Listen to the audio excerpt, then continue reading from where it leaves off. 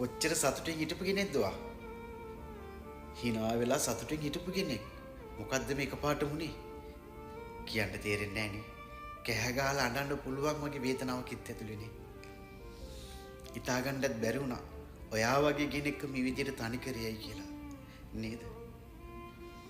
ඔයාගේ ජීවිතයේට පළවෙනි මතාවට යා දැනුණත් කවදාවත් ඒක දුරස් වෙයි කියලා ඔයා හිතුවේ නැහැ.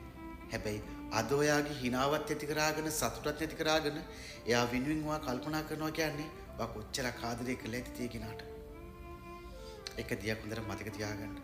කොච්චර කෑ ගහලා අඬලා කල්පනා කර අපි හිටියත් දුරස් වෙන මිනිස්සුන්ට ඒක දැනෙන්නේ නැහැ. ඔයාට විතරයි ඒක මානසික වැටෙන්නේ. ඒ හින්දා තමයි කියන්නේ ඔයාම හිතලා හිනාවල වලට මුහුණ දෙන්න. ඔයාගේ ජීවිතය ගැන දැන් හිතන්න පුරුදු වෙන්න. පරිස්සමෙන්